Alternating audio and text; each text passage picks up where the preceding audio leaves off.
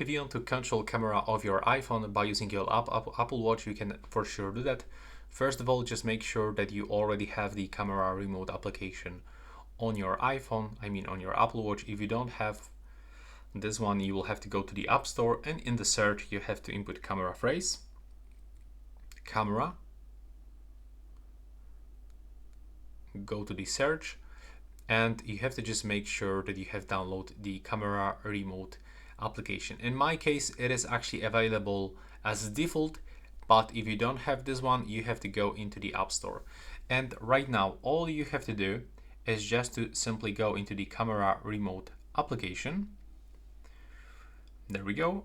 And right now, by clicking here, you can find some options, like for example, you can turn off this shutter delay or switch, for example, into the selfie camera. So now if I want to take a photo, I will have to catch a focus.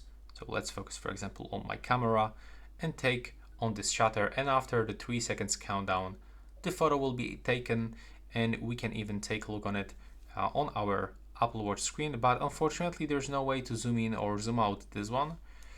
So yeah, that's basically everything, and I hope you find it useful.